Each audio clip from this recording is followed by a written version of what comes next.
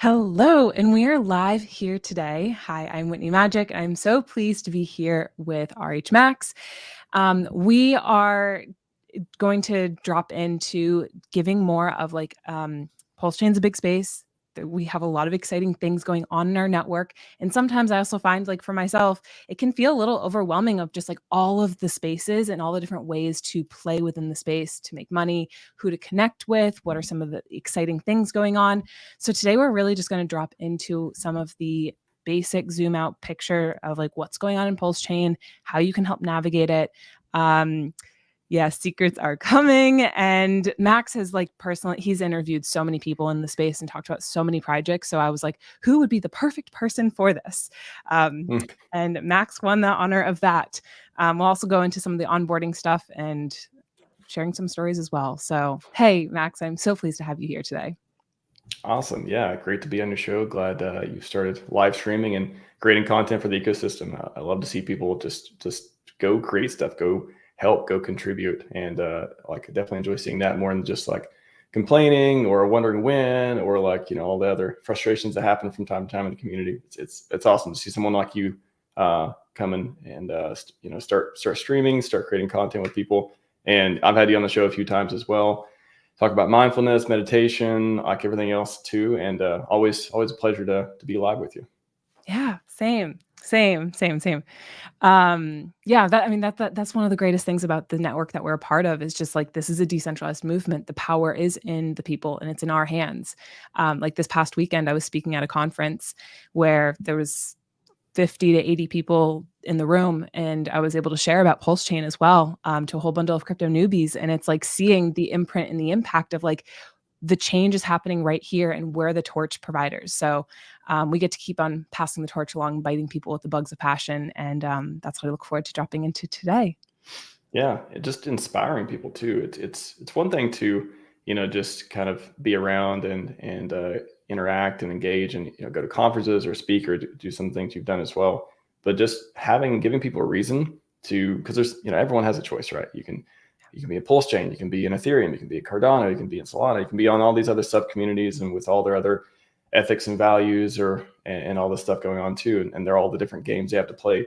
But keeping people within our ecosystem, within Pulsechain, giving them a reason to believe, glory will come one day. Giving them fun games, healthy games to play instead of just lose all your money type of stuff. That's what we try to avoid, at least, or at least not what I try to avoid. Those are key things to keep people around, excited and engaged, and not just like, hey, why am I here? Like when you get to a point where you're just asking why you're here anymore, it's kind of like it's easy to go somewhere else. And we want as many people as we can here, to, again, scale, help onboard the next generation of people to come in, hopefully take their money, make it work for them, and let the whole ecosystem win. So I want to see Pulsechain win. That's why I've been here for a while. I've been following Richard, since 2017, and all my story there too. But before Hex, before Pulsechain, I've always thought a lot of his ideals were good and healthy for the world. And that even beyond making money and stuff, like there's plenty of reason to be around community, projects. And of course, if you like to make money, a lot of people here are aligned to do such a thing when ready. Yeah. So even for yourself, so going back in time, your origin into crypto, and I guess in particular here into Pulsechain and Hex, what was that like for you and what drew you into the space?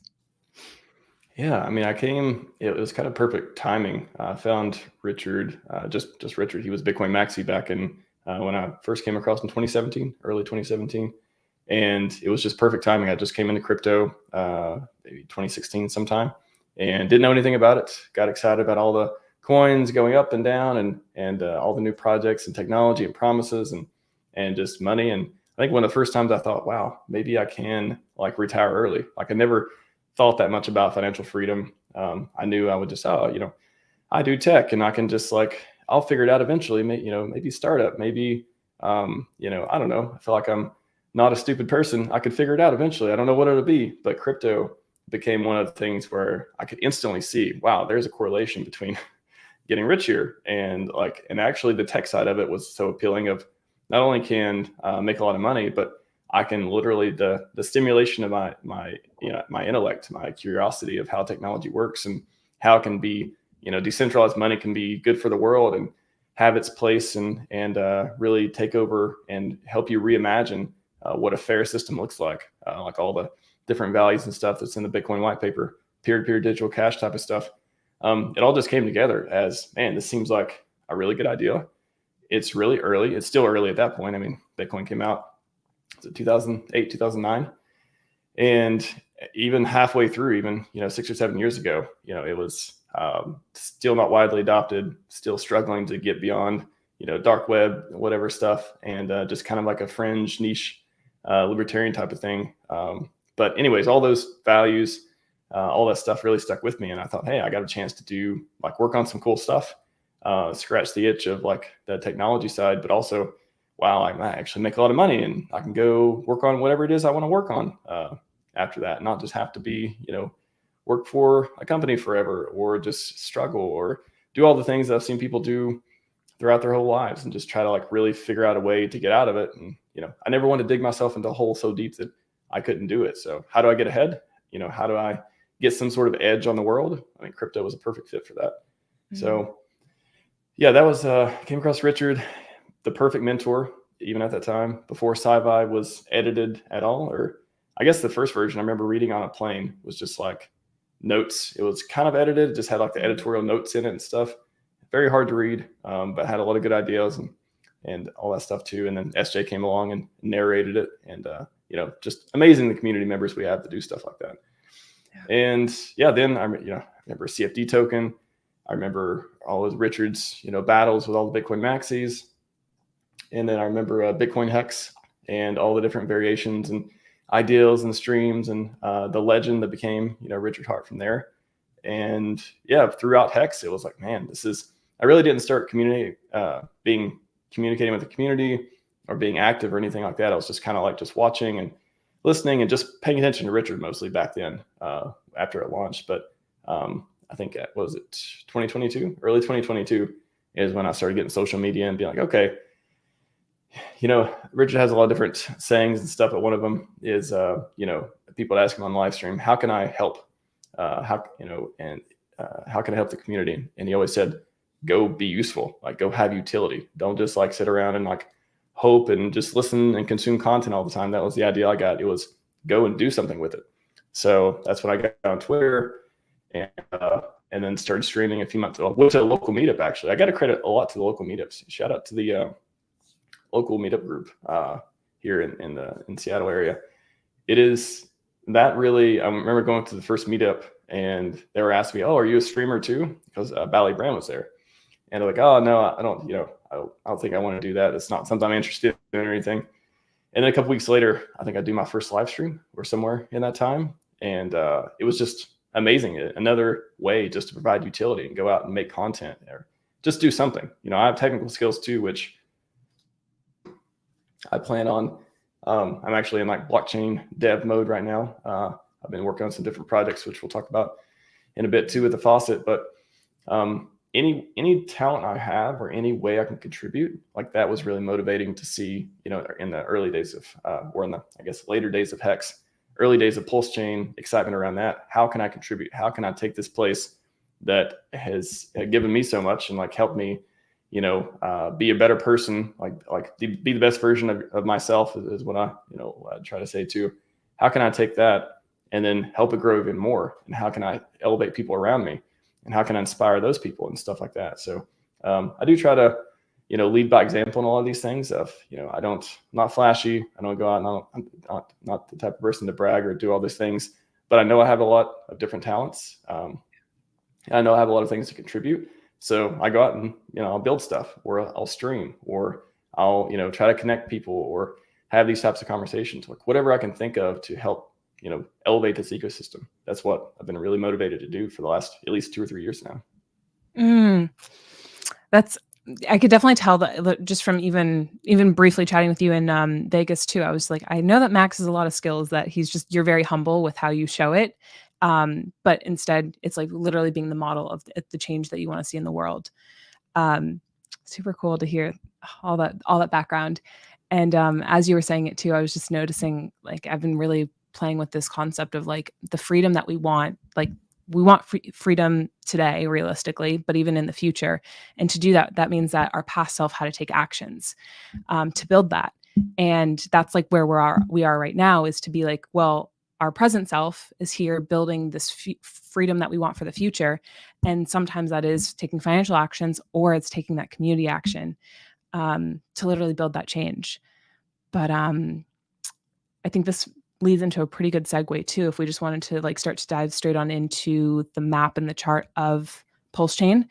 Speaking of taking the actions and building the things, like we have a very, very, very obviously lively community.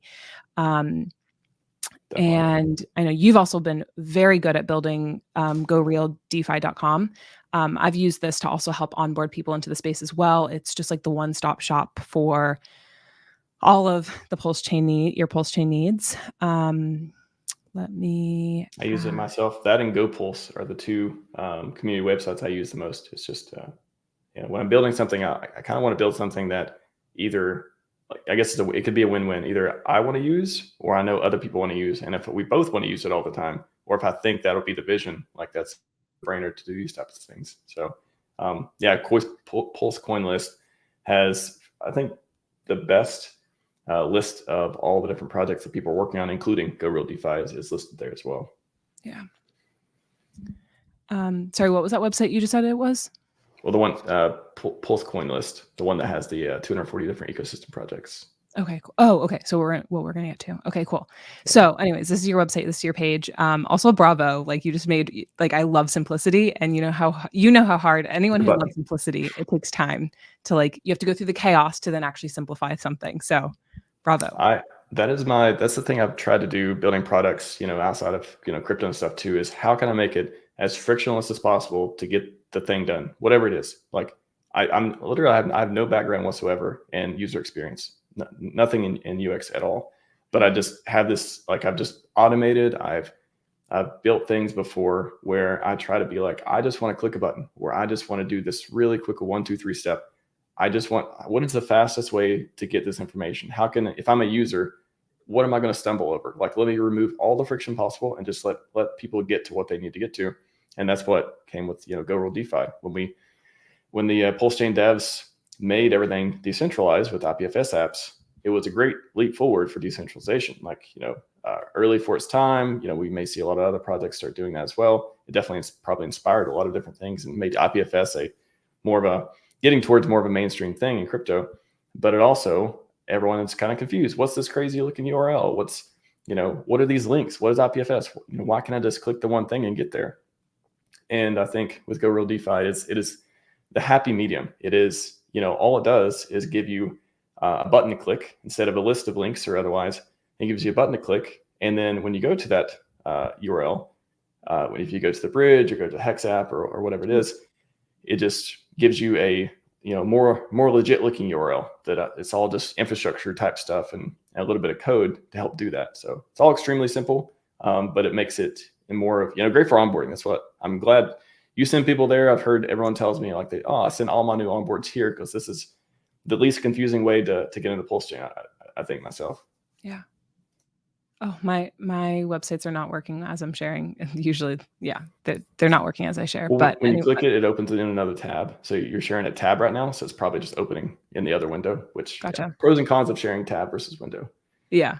But I just want to point out too, on this page, the apps are one thing. That's what it started with. But then I started thinking, man, I know there's a lot of great resources in Pulsechain. So my favorite link, or the thing I use most on the page outside of clicking on the different Pulsechain apps, is Learn to Earn on the side right column. It has my AI tutorials for crypto and different related stuff. It has where to find Pulsechain airdrop information. It just links to GoPulse. It's got farming information, LP. It links to NFT sites. Here's the AI training and stuff I did a while back. Meme coin stuff, projects, which goes to the Pulse coin list of projects. It's got the Faucet link there as well. It's got validators. It's got all the different playlists from my channel, at least, which has aggregated content from other people's channels too. And different key links where it is trying to be that one-stop shop of, if you want to get information, If you want to get onboarding, I have like an onboarding playlist where I produced a lot of different videos and have clips from the channel of how to do all these different things on Pulsechain, privacy, security, staking, statistics, which aggregates a ton of different Pulsechain and community links and stuff like there to just get a lot of the stuff that just gets lost and forgotten over the years. Like this is kind of like a list of, hex staking letter calculator and search the hex telegram stuff and in-state calculator and all the different stat sites, hex vision and look into hex and all that stuff too. So I really tried to be like, so I don't have to keep as many notes too. So I don't have to bookmark everything. I just want GoRollDeFi to be the place where I go and to like, hey, I know how to find it really quick. One click and I'm there. Oh, that's awesome. That's awesome. Cool. I'm glad. Thanks for even just giving me a little tour more of, but wow, there's so many layers to this one. So, okay, briefly, you had mentioned this before. I know we're going to get into the projects, but you had mentioned about the faucet. I'm very curious right now. Can you share about what you're working on the developing side for the faucet and the whole like movement around that for you? Yeah, so the faucet, as said earlier, I was been doing some blockchain dev stuff, and I came across this template for Ethereum faucet and for testnet, and you can do different stuff like that with it. And I was like, what happened to our Pulsechain faucet? I thought we had a faucet. And I remember GoPulse had one a while back and actually looked it up a few days ago. I was like, I know they had one. And I remember they put a tweet out because they did have one, but they shut it down because of people were abusing it and spam and all this stuff. And I was like, okay, so we used to have a faucet, but it's just hard to have one because it is, when people use a faucet, you just type in your address. One way to do it at least is you type in your address and you say, give me Pulse, whatever amount that it dispenses to you. So on the other side, though, you don't know who's using it. Like you don't know if it's someone who's an onboard who's like, hey, I would like some free Pulse to traffic network, or it's someone who just wants to keep accumulating Pulse over time. They really don't need it. They're just trying to like game it. They're just trying to like get Pulse, as much as they can.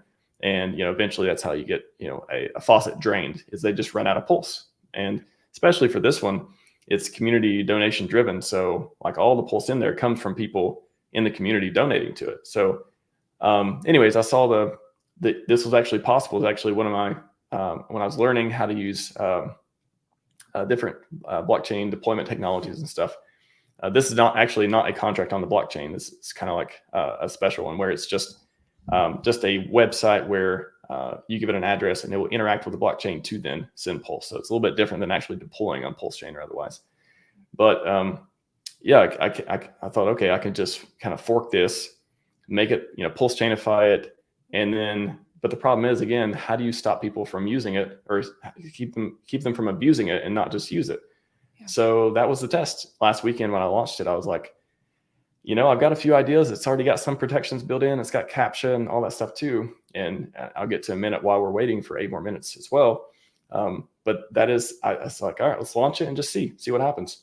And, worst case, it gets drained really quickly. And, I appreciate everyone who donated for the first day. It did get, I think in a few hours, it did run out of Pulse, but it was pretty small donations anyway. So I think it was just maybe a few cents or something anyways. But anyway, I appreciate everyone who donated the first day, especially. So that actually helped me test and see, how are people going to use it or abuse it? And how I can, as a builder, how I can help prevent that from happening. So the first weekend was, Saturday, Sunday, Monday was just me responding to how people were abusing it. And so I have to balance. I have to let people use it, but not abuse it. Like I have to at least reduce the amount of that. So anyways, I put all these different protections. I would try something. I would see people doing all these like interesting ways of trying to like game it.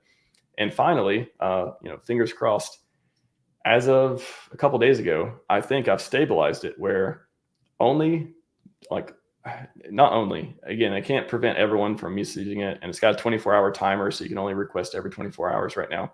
And there's different knobs I can turn. But the reason we're waiting for 6.5 more minutes before you can even request it is that is the feature that seems to have the most effect, where when you're trying to protect something from being, basically used a lot, from people clicking buttons a lot, you want to increase the expense, either time, resources, make it worth it.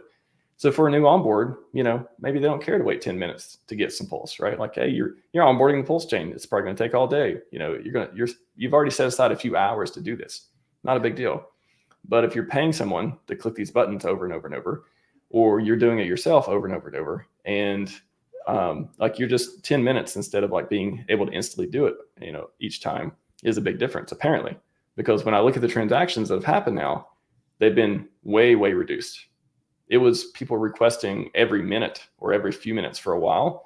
And now it's like maybe 5 transactions per hour, somewhere in that range. Wow. So it's way, way, way improved for that. But that's the kind of thing. It's like, God, why can't we have nice things? Well, as a builder, the only thing I can do the community is funding the Faucet. The best thing I can do is help that money not go to waste as much as possible. So I started with 1,000 PLS. I reduced it to 300 PLS. So that's about enough for at least a transaction or two, maybe a swap, a few different SINs, stuff like that. Mm-hmm. And I put all the different protections in place. Again, knock on wood, they're doing well.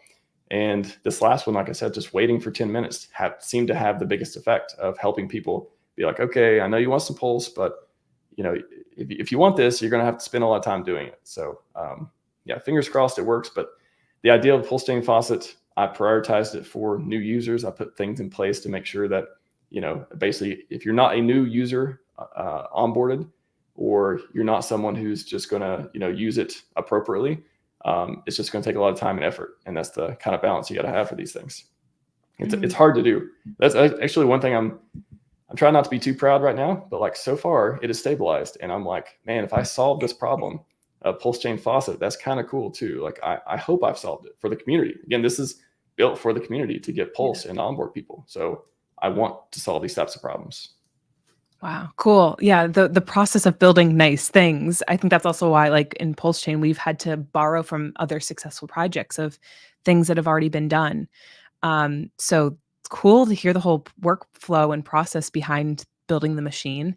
That's so cool. That's so cool. I hope that this does work long term as well. And there was a comment, someone asked, I'm sure you'd know about this at this point. We just buy PulseX directly from credit card at this point? I know like Coast is back up now. I think we can swap on the Ethereum side for WPulse, but is there anything else that you know of? Yeah, so if you could switch back over to Go Real DeFi for a moment, the only section we didn't talk about on there was the top right section that says buy crypto. And it's got Hex, Pulse, and Pulsex. If you click the Pulse one, it'll take you to a website. I think they just updated it. Yeah, it's also Pulse Coin List. Shout out to Pulse Coin List. They have both the options for buying Pulse stuff, and they have the ecosystem map, and they have other stuff too. But those are the two big resources that the community uses a lot. But that'll show you if you go to the part that talks about different ways to buy Pulsechain. So the question was, any clue if we can just buy PLS and all the coins from credit card? These are the different options on this website. It'll show you the different ways to do it. I think some of them support credit card. I feel like, can you scroll to the top for a moment? Yeah. I think, so you got the bridge and then scroll down a little bit more. I feel like there was one that did like a credit card option. Can't remember. No KYC. Anyways, you can go through this list and look at different ones, but these are the ways that the community knows about. I mean, you got MEXC, which is the new exchange listing as well. Says fiat safe trade. Yeah, I'm not sure. I think a lot of people also use Change Now. So you got Coast for connecting your bank account. I'm not sure if it's available for US people yet or not. That was on and off, but hopefully if not, it'll be back soon. But Change Now is one if you have other coins, if you have ETH, if you have Solana and all this stuff like that, it supports Pulsechain. So I know that's like a popular option too. As far as credit card goes, I'm trying to think. I don't remember last time. I remember when Bitcoin first came out, I was like, how do I buy this thing? How do I buy it? And I was like looking, can I buy it with a credit card? Can I buy it with whatever? And now it's like full circle. Now I'm thinking like, can we buy Pulsechain with a credit card? How do I buy this Pulsechain thing? Yeah. So also just live, got to register. There are no KYC options, as you can see here too. The bridge has no KYC. For credit card buying, I'm not sure. But for Change Now, there's no KYC. I think maybe up to a certain amount or something like that. And then exchanges. I'm not sure on MEXC if they have KYC. Can you scroll down to MEXC just for a minute? Yeah, I know. So, Coast definitely had KYC. yeah, Coast is KYC, but I'm not sure on our new exchange. So, you passed it. It's like the third one. There we go. So, yeah, this says no KYC on there. So I don't know, but actually, I don't know if that's available in the US. It may be available. Yeah, I'm not sure. You have to check and see where it's available. I don't know if you're whoever's asking is from the US either, but yeah, check those options out on Pulse Coin List. Cool. Awesome. Okay, so let's move along into the ecosystem because I feel like that's a pretty good map as we are on the website now. One thing I love hearing about is kind of just like how I like to say in crypto and all these things, it's like how we're playing in the space. I like to play, but even like how you're playing with your money, how you're growing your money, what games you're playing in the system. Do you want to walk people through a high level, I guess, like just the top, the chunks of how to interact and how to play with Pulsechain in general? Yeah. So when you come to Pulsechain, once you get here, whether you've got it through the different fiat on ramps or exchange or bridge or whatever service you're using, or the Faucet even, you have different options for different things to do on the chain. Like when you come to if you come to Ethereum, what are you going to do? You're going to use Uniswap. You may play with different games they got there. You may use different DeFi products that they have there for yield and otherwise. They got meme coin game. They got everything. So Pulsechain, same thing. A lot of the products have been forked from Ethereum and came here. There's some new products as well. We have some new technology stuff. Tetra is one of the things I'm excited to play with, hopefully coming more this year. We got different DEX aggregators. GIF Tech is another super interesting new technology thing that I've been fascinated with for a while too. But just as far as the apps and stuff go, I think at the top there's analytics and just different places to look at wallets. And I think DBank is super popular. Fatty is a different wallet viewer. Some of the look into Hex just got V3. I've actually got Gerardo coming on tomorrow to talk about the new update to go and look into Hex. These are all kind of analytics. Dune looking for different TVL locked up.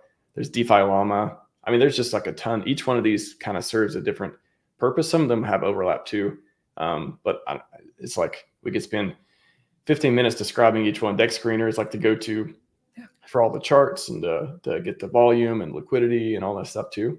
And then on the DEX side, Tetra, I mentioned earlier, they launched Omnis, which is a DEX aggregator and could do limit orders and stuff across the different liquidity pools. You got PHUX, you got the different ways to swap coins, 9-inch. You got Pateus, of course, PulseX on there too. Pateus is like or Piteous. I think it's Piteous. Actually, I think I asked somebody one time and they were like, it's Piteous. Piteous is the, I'm trying to think of the go-to products on Pulsechain too, like the ones that I would say I use the most is probably Piteous to do swaps because it's an aggregator across different liquidity pools. If you need limit orders, Omnis is good for that too. 9-inch has their own limit orders for their pools, I think too. And there's always just PulseX and PHUX for different, I don't want to go into the technical details why you'd use each one, but kind of the most popular options are a few of those. I like to see even with to me, it's also crazy where I'm just like, you have a full-time job. You're also a dad. You have all these things and you're like, you're in the nitty gritty of all of these different things. You could speak about it at length in each of these. Like it just completely blows my mind. So like hats off to you. Thank you. I think I've interviewed so many different people over time. I've had so many conversations. It's just kind of like, I feel like I'm up to date on a lot of this stuff, but it's there's a lot of information out there. That's why I'm trying to be like, okay, new people to Pulsechain. I guess what you care about the most is probably Dex Screener and DBank if you want to like check out your wallets and stuff like that. Piteous to do swaps, if nothing else. Again, these are kind of like the most go-to option. 9mm for like liquidity and maybe swaps and stuff too.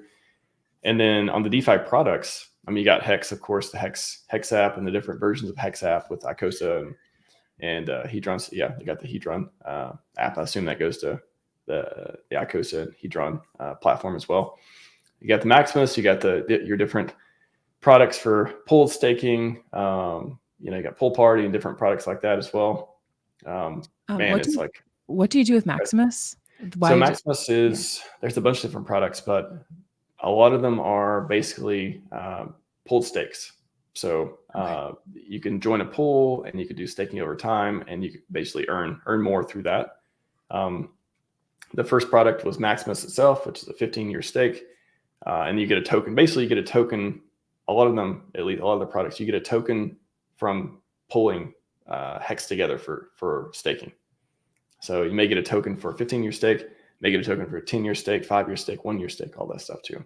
So it's like kind of like liquid staking in a way, where you get a token that represents your share in that different stake. So very popular products have been for the last few years. Pulse domains, I mean, I don't know. It's like, which ones do I talk about? There's so many.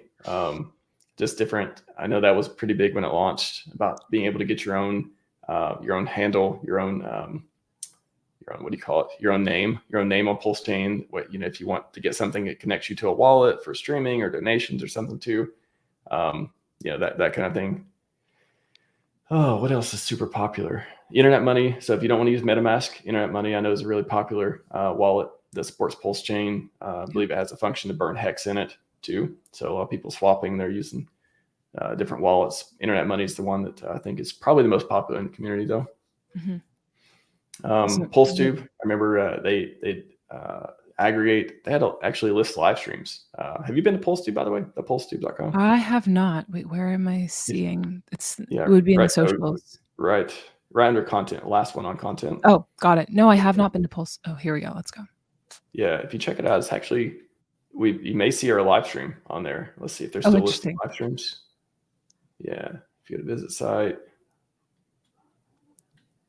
And then if you go to live schedule, the top left. Yeah. Schedule. And then I wonder if they have your channel listed. Not yet. They don't list you. You have to reach out to them, ask you, because they'll aggregate all the different streamers, and then they'll list your live streams on there. And so I used to go there to see if I'm going to stream over other people, and like when I coordinate schedules ahead of time. So it's pretty cool actually to get content out there for this. Okay. So if you're listening, D Hexistentialist, I remember I interviewed him once or twice as well. And the Pulse, maybe at the PulseTube, you can ask them to add your channel, and you'll show up on live streams. Your videos will show up in different categories, all that stuff. Nice. I'll do that. Interesting. Okay. So, and then we can, so many layers beyond this. Okay, I think one thing that we could obviously keep on scrolling through all the things, but I'm more curious right now about you personally. So when you're like, what are some of the ways that you've been enjoying playing in the space? Like, yes, you've been building, but are there any games in particular of whether that's like, are you a meme coin guy? Are you enjoying the LP and like the whole game with farming?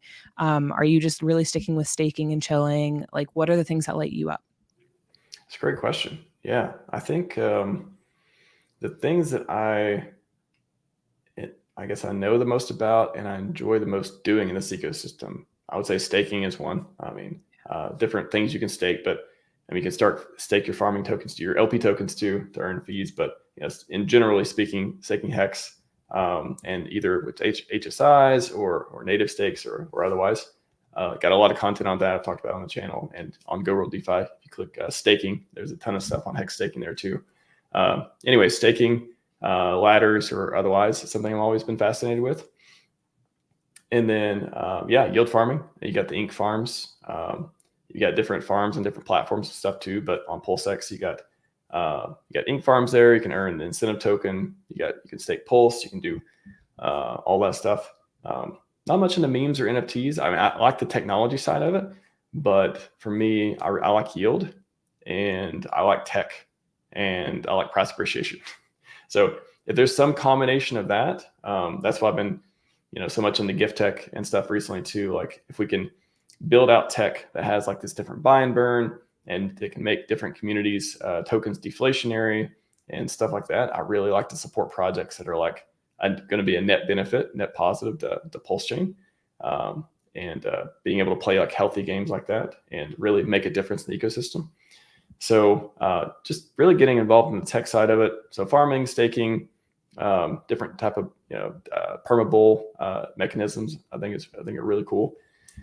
I think as far as having the different DeFi products to help people do stuff. I mean, liquidity, for example, we got a few different dexes that are really good at V2, V3 liquidity, and just being able to again do your own research. But a lot of people are able to make passive income or otherwise. Watch out for permanent loss. Again, there's a ton of disclaimers with a lot of this stuff. It's kind of like advanced for people, advanced crypto stuff. But I think liquidity is interesting for not just for earning fees and otherwise, but for buying and selling without hurting the price chart, that type of thing. I think onboarding. I think that's probably the other thing that intrigues me the most, because where we've the ecosystem has been down for so long. I mean, we've been up and down, but especially last year we were down for so long after launch. I kept racking my brain, like how can we onboard people without green candles? Like what can we build? What can we do to make them have an easier experience and want to come to Pulsechain and stay in Pulsechain and bring their money, bring their time, bring their energy, bring their devs to Pulsechain? And that's where Go Real DeFi came. Like, okay, now nobody knows what IPFS is. Let's help fix that. And with the Pulsechain faucets, it's like, okay, our faucets, it's kind of like when you think about faucets, at least for me too, I think about like a new network.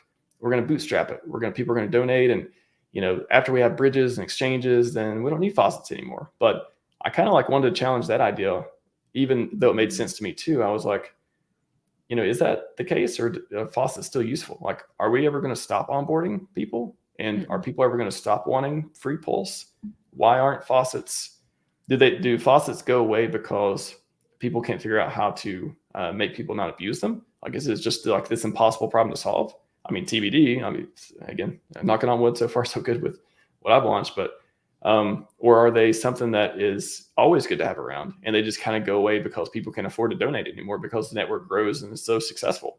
Is that the case? Like, I don't know. So I think getting answers to some of these questions by building, by experimenting, by trying to look at all the different ways to get people into the chain, and then seeing what we already have and what we don't have, and being like, okay, if I have particular talents or abilities or time or effort I can put into it, how can I push it in that direction? And then, which led me into content creation too, right? Like, how can I take how can I spread the word about something that I like so much and get people more engaged and having these conversations, and not just kind of like doing their own thing and trying to figure this stuff out. Hey, come to a place where we got a live chat, you can ask questions, come interact on Twitter, come bring your positivity, or just bring your good questions, and we can have a conversation to help you understand things a little bit better. And so I think platforms like that, I guess I could say YouTube platform in general, anything where it's like, the one thing I like more than Spaces is, I think Spaces, I'm glad we have them and I'm glad people do them. I think they're great for like having community conversations, but I prefer doing streams like this, or just clipping out videos and stuff, because I think being able to scale information to the broadest, the biggest audience, and being able to focus on certain topics like we're doing now is really, at least it's the way I learn. Like, when I want to learn something, I go find a YouTube video, right? I ask ChatGPT. I go to the source of information. I don't usually have a community conversation. So it's my preferred way of learning, my preferred way of content distribution. And that's what I say. I don't call myself an influencer. I'm a content creator. I'm a creator. I like creating things.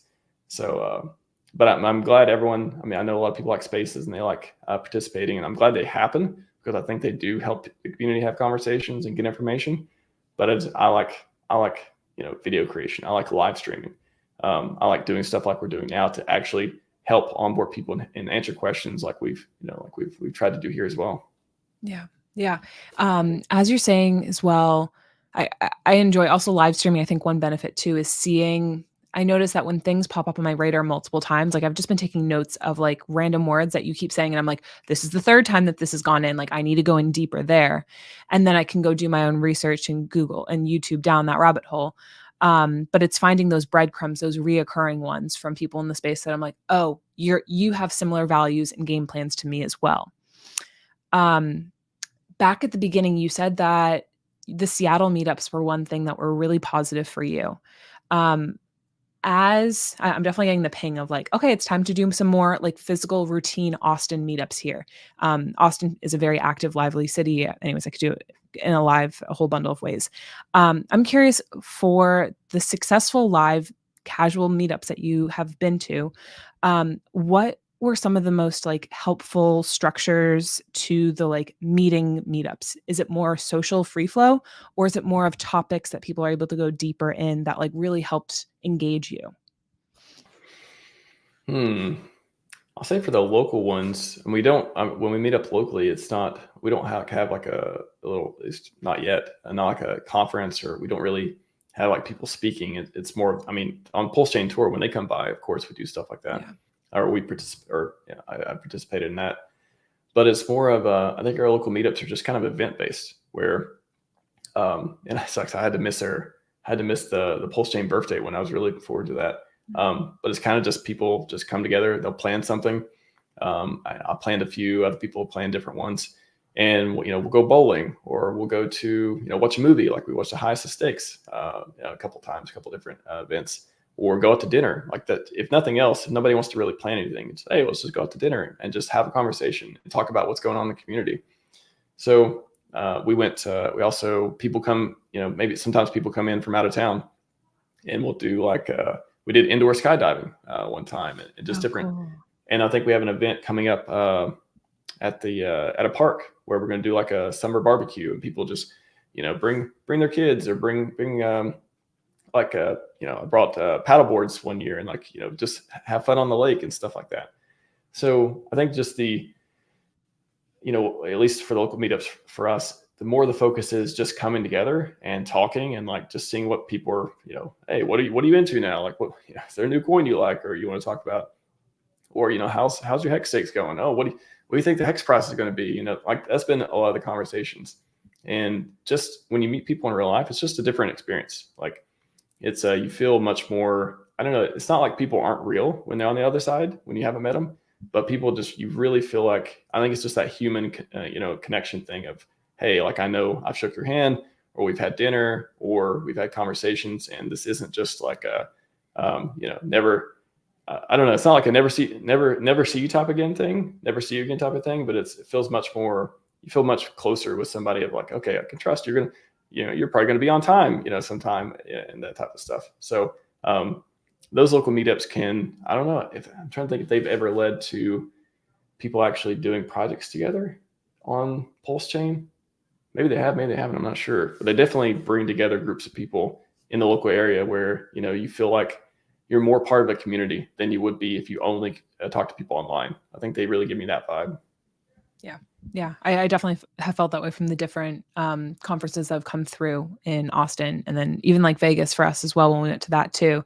It's the handshake, the being in person, it completely shifts the energy. Planting seeds for anyone else who also feels the call for themselves. I'm curious, do you know how did you hear about the meetups? So that if anyone does want to get started in their own space, have you found it best through Twitter? I know Will, who was in the group earlier, he's created like a Hex meetup group as well for the different regions. How did you find out about stuff? Oh man, I'm trying to think because it's been about 2.5 years now since I went to the first one. I think I've heard about it on Twitter. I must have, because I still don't do Telegram that much these days, but I didn't do Telegram back then. I don't think until we had like I found the link to the Washington State meetups and stuff. It must have been Twitter. Yeah, I think Twitter is, just broadly speaking, it is the place for information. That's where I go to get good information. I kind of got to curate it and make sure I get more good information than distraction type stuff. But yeah, I think Twitter is the place. If you search for like Hex, #Hex meetup, or Pulsechain meetup, or otherwise Pulsechain tour, of course, you should be able to find a lot of stuff. And of course, yeah, it's great that people are creating like different discussion groups and stuff where you can coordinate and just bring people together. I think that's the thing, is there's so many people, and it's funny, like when I went to the first ones a couple of years ago, still to this day, when we have meetups and stuff, or we're in Vegas or wherever with Pulsechain Tour or Seattle and otherwise, there's still people who don't know about the local meetup groups. We're still like onboarding new people.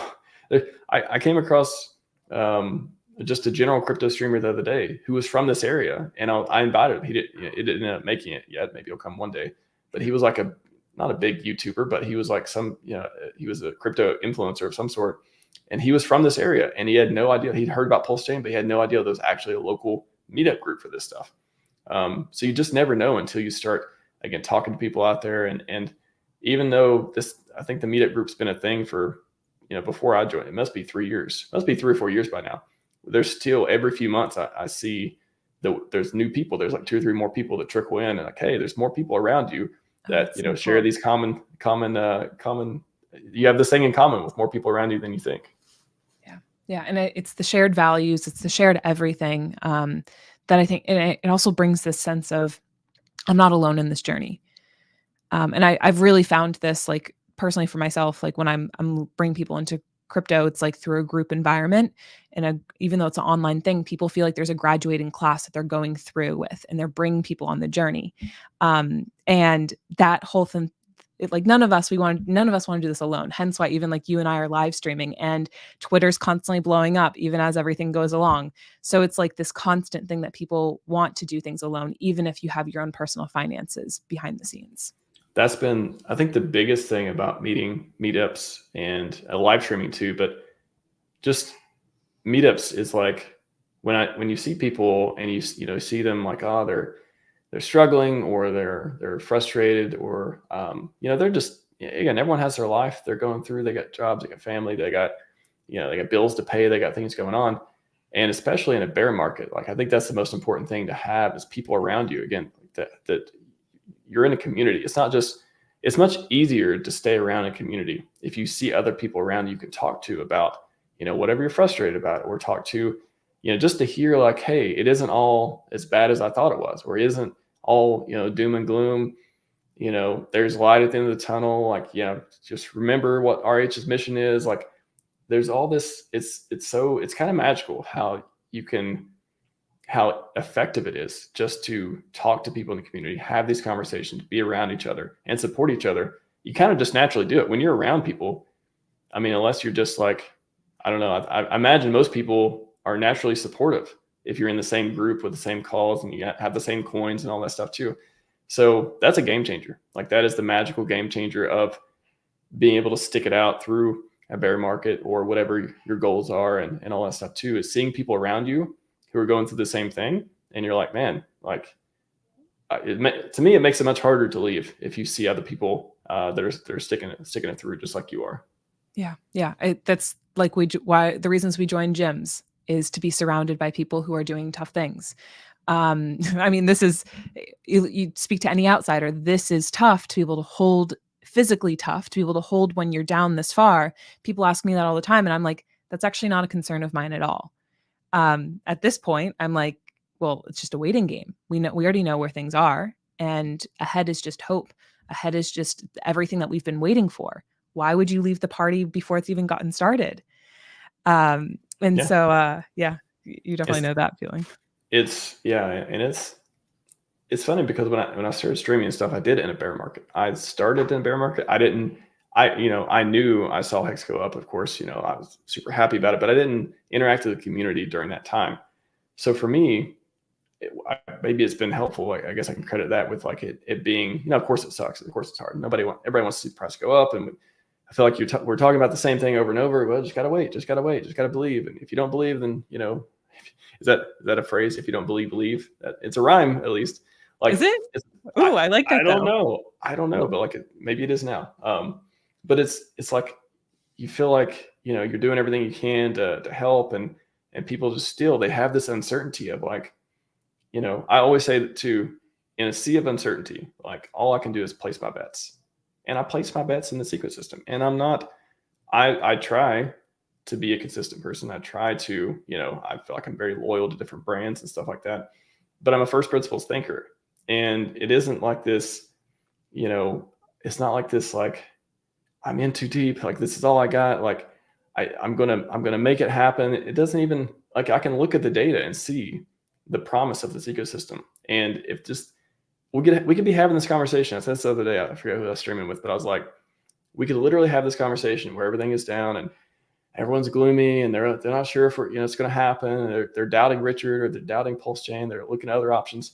We could have the same conversation and 6 weeks later be jumping in the air because everything is just up and, oh, wow. And look back in hindsight, it was so obvious. It was so obvious that it just wasn't ready yet. It just wasn't, when ready hadn't occurred.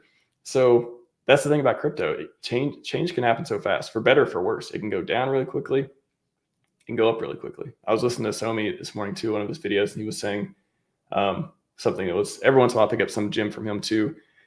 And he was talking about how, all these different products and finance and stuff, and some are capped and some are like, like the safety net the government gives you of all these regulated products. They basically, you can essentially think of them as capped but you're not going to lose it all, but they're also capped on the upside. But with crypto, at least as of now, there's no such thing. And so it's like you can have that massive downward volatility, but you can also have those moonshots and those 10,000 X's.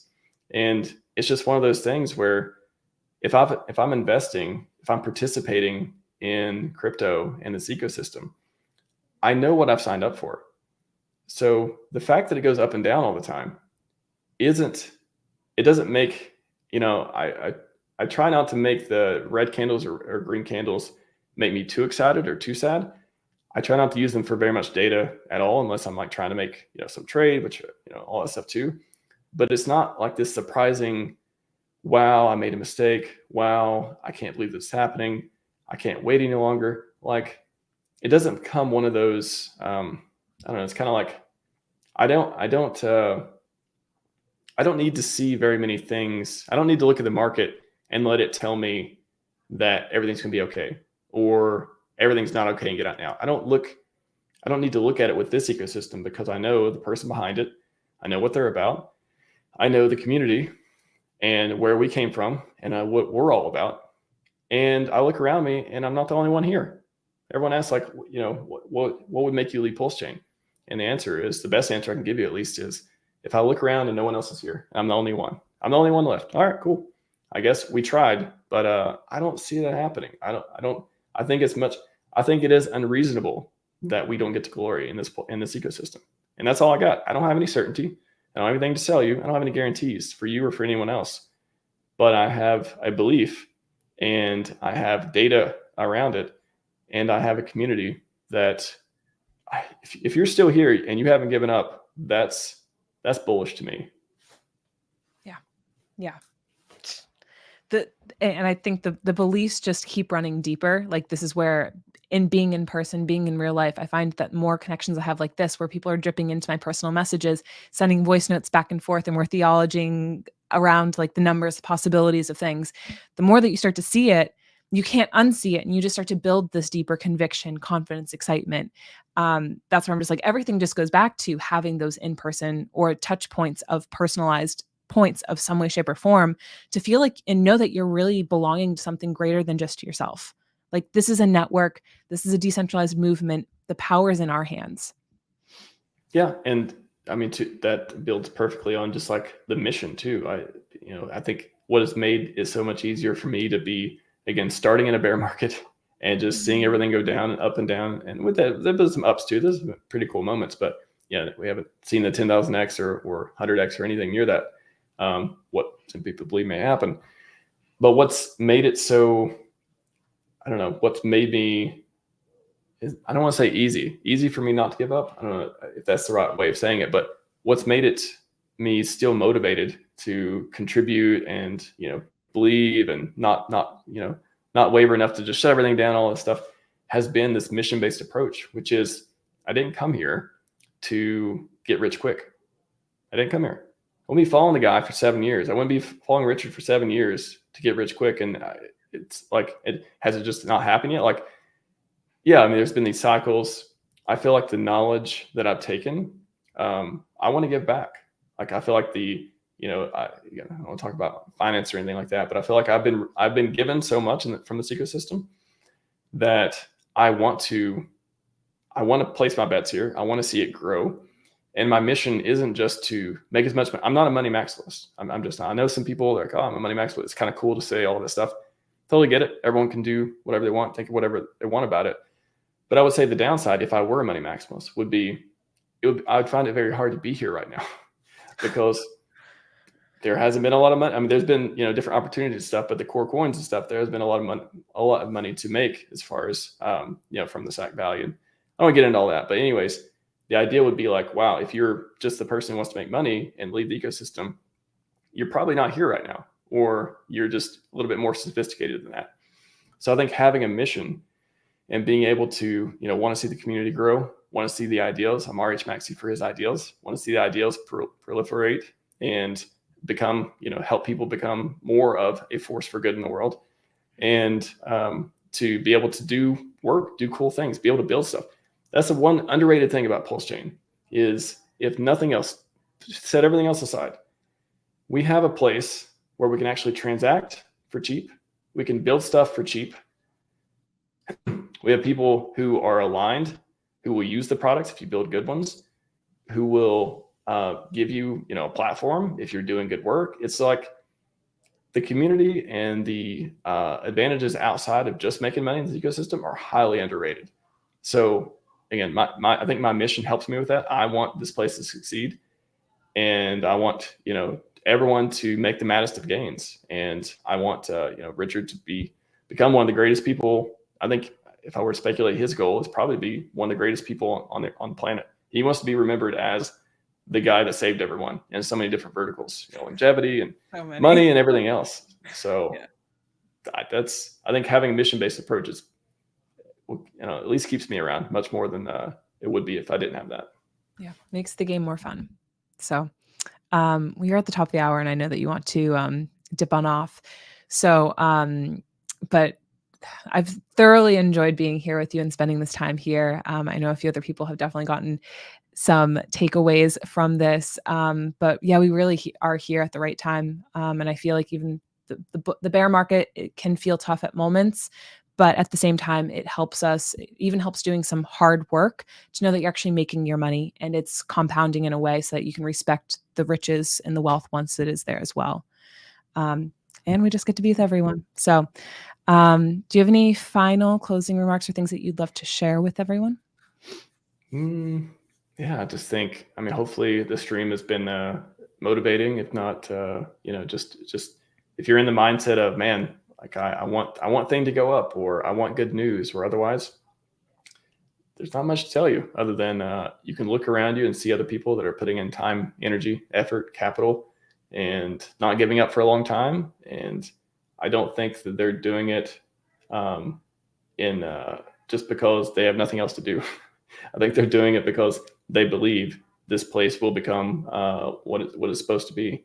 And I don't know. I just hope we're able to bring more people into the ecosystem. I'd like to see some, glad to have you as a new streamer as well. And man, I think the sky's the limit. It's so easy to look at the price chart every once in a while and be like, but it's not 10,000x yet, and just miss everything else that's going on here. And there's a lot going on. So I would say just look a little bit deeper. If you're like, I don't know if this is a place for me, maybe it's not. It could very well not be. And to that, best of luck.